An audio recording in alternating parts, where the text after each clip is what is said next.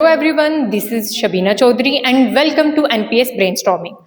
जैसे कि हमने रिसेंटली वीडियो में पढ़ा था, लेक्चर जो हमने पहला हमारा लेक्चर था उसमें हमने इंट्रोडक्शन दी थी इंडियन ज्योग्राफी के बारे में कि हमारा इंडिया जो है वो वर्ल्ड में कौन से एरिया में लाई करता है, कौन से हेमिस्फीयर में लाई करता है, उसका एरिया कितना, वर्ल्ड का एरिया उसने कितना कवर किया और उसके बाउंड्री पॉइंट्स पड़े थे नॉर्थ, साउथ, ईस्ट, वेस्ट के।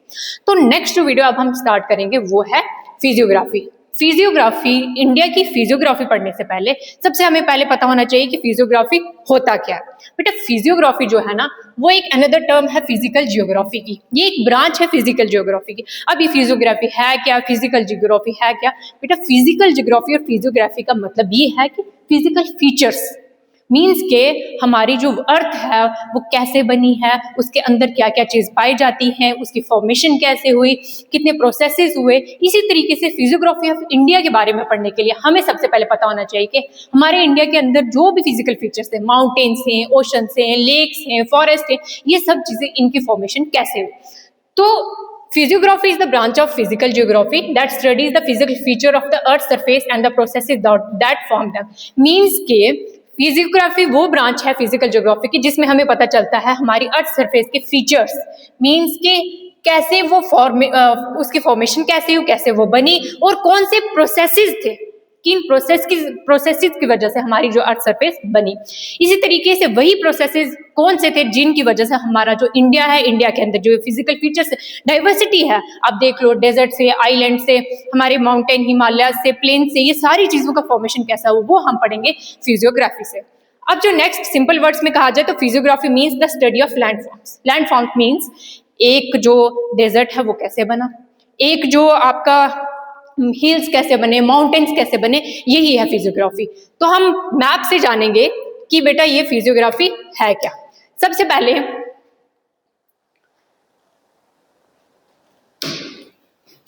जो इंडिया की फिजियोग्राफी है इसकी फिजिकल डिवीजन कितने पार्ट्स में की गई है? 6 पार्ट्स में। कितने पार्ट्स में? 6 पार्ट्स में।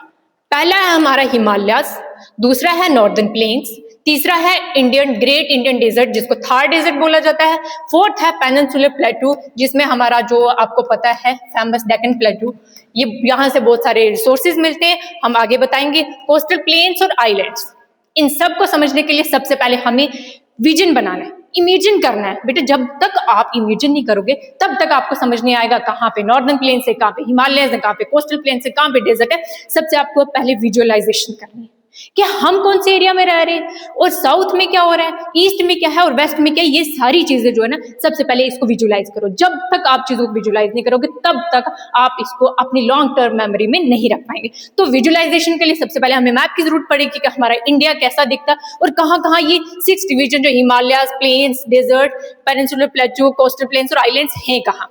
मैप की तरफ चलते हैं।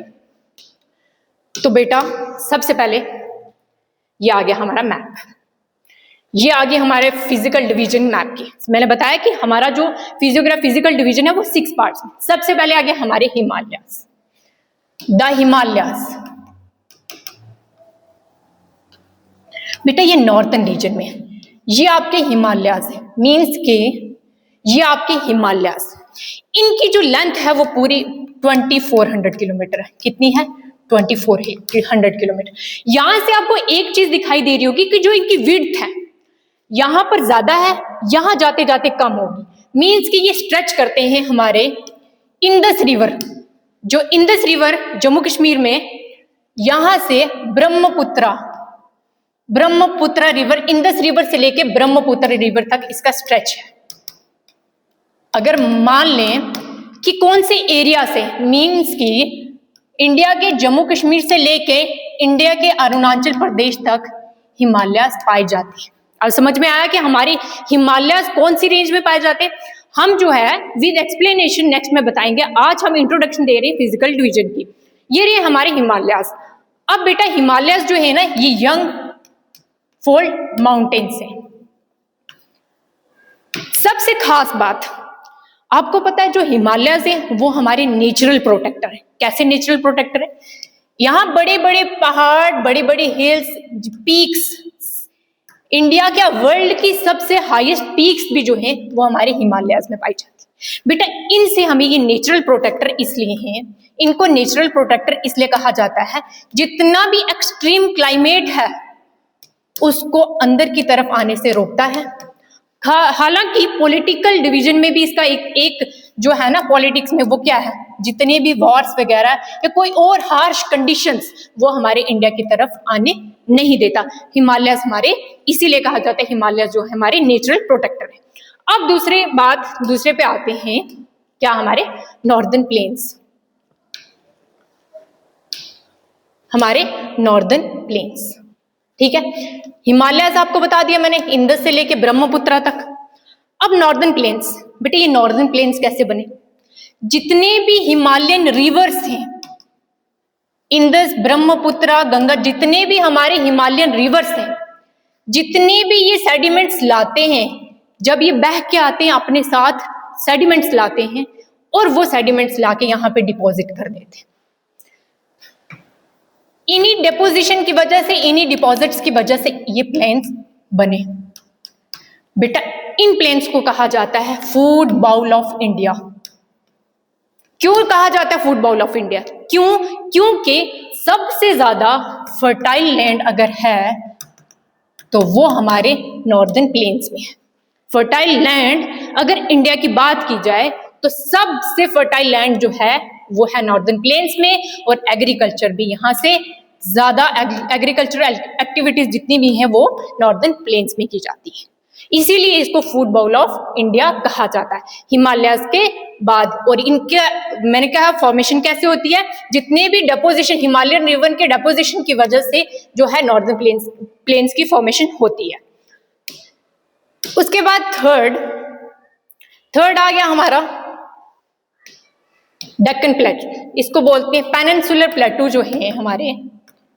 बेटा इनको दो पार्ट्स में डिवाइड किया, एक सेंट्रल हाईलैंड, दूसरा डेक्कन प्लेटू। कहा जाता है कि इंडिया का सबसे ओल्डेस्ट लैंड मास जो है ना वो हमारे प्लेटूज है। हमारे हिमालयस बनने से भी पहले, हमारे डेजर्ट बनने से भी पहले, हमारे कोस्टल प्लेन बनने से पहले जो हमारे प्लेटूज हैं ये सबसे ओल्डेस्ट लैंड मास है। और बेटा सबसे ज्यादा रिसोर्सेज भी इन्हीं में से मिलते हैं।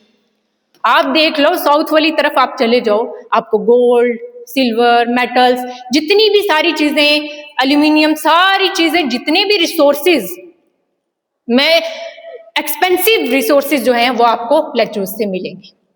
तीसरी बात, अब जो हमारा नेक्स्ट है वो है हमारा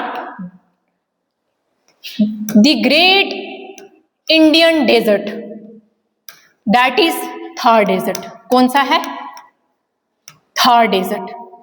बेटा ये थार डेजर्ट जो है ना ये इंडिया के वेस्टर्न राजस्थान के अंदर, राजस्थान के वेस्टर्न एरिया में, वेस्टर्न राजस्थान में इसकी लोकेशन है। इसको राजस्थान का गोल्ड ज्वेल बोला जाता है। क्या बोला जाता है? Gold jewel of Rajasthan. क्यों कहा जाता है गोल्ड ज्वेल ऑफ राजस्थान? बेटा क्यों? जितनी भी टूरिस्ट अट्रैक्शन है ना, इसकी यूनिक इकोलॉजी की वजह से, इसके यूनिक सैंड ड्यून्स की वजह से, सैंडी सॉइल की वजह से जो टूरिस्ट जो है वो अट्रैक्ट होते हैं। टूरिस्ट अट्रैक्शन की वजह से यहाँ की डेवलपमेंट बहुत ज्यादा है। वहाँ का कल्चर, वहाँ का फॉक, वहाँ का एरिया, वहाँ के लोग, ट्रेडिशन, जितने भी, उनकी वजह से जो है वो बहुत अट्रैक्शन होती है यहाँ पे। और जैसे कि आपने देखा होगा, जब भी आप कभी डेजर्ट में गए हो, वहाँ पे डेजर्ट सफारी दी जाती है, कैमल राइड दिया जाता है, आपको बहुत बहुत अलग अलग एक्टिविटीज दिखाई जाती हैं। इसकी वजह से अट्रैक्शन होते हैं, तभी कहा जाता है कि ये राजस्थान का गोल्ड ज्वेल है। नेक्स्ट हम आते हैं बेटा कोस्टल प्लेन्स की बात करते हैं। अब ये कोस्टल प्लेन्स क्या है? बेटा कोस्टल एरियाज वो एरियाज हैं जो वाटर बॉडीज के पास हैं। मीन्स के आपको मैंने बताया था ईस्टर्न साइड में क्या है आपका बे ऑफ बंगाल, क्या है? बे ऑफ बंगाल। और वेस्टर्न साइड में क्या है आपका? अरेबियन सी। क्या है? अरेबियन सी। बेटा अरेबियन सी के साइड में जितने भी एरिया हैं, जितना ये नैरो स्ट्रेच बोलते हैं, ये रहा नैरो स्ट्रेच, ये हमारे कोस्टल प्लेन से, ये ईस्टर्न कोस्टल प्लेन से और ये वेस्टर्न कोस्टल प्लेन से। ये आ गया अरेबियन सी वाली तरफ, ये आ गया बे ऑफ बंगाल वाली तरफ, ये हमारे आगे कोस्टल प्लेन्स। दूसरी बात ये जो लास्ट हमारा है बेटा वो है हमारे आइलैंड्स। बेटे आइलैंड्स क्या होते हैं? आइलैंड्स वो एरिया होते हैं जो चारों तरफ से पानी से घिरे होते हैं, पानी के बीच में एक छोटा सा लैंड मास, उसको आइलैंड बोलते हैं। और हमारे इंडिया के पास 2 आइलैंड हैं, Andaman and Nicobar island and Lakshadweep. अब इनकी फॉर्मेशन कैसे हुई? बेटा जो अंडमान एंड निकोबार आइलैंड है, वॉल्केनिक एक्टिविटीज की वजह से, वॉल्केनिक चेन की वजह से इसकी फॉर्मेशन हुई। जब हम डीप में, अब नेक्स्ट वीडियो में जब हिमालयस के बारे में डीप में पढ़ेंगे और इसको विद डेप्थ एक्सप्लेनेशन करेंगे, उसमें हम बताएंगे कि वॉल्केनिक इरप्शन से कैसे इनकी फॉर्मेशन है। जो लक्षद्वीप है वो कोरल पॉलिप से बना हुआ, कोरल रीफ्स जो होते हैं ना, उनसे जो है वो लक्षद्वीप की फॉर्मेशन हुई।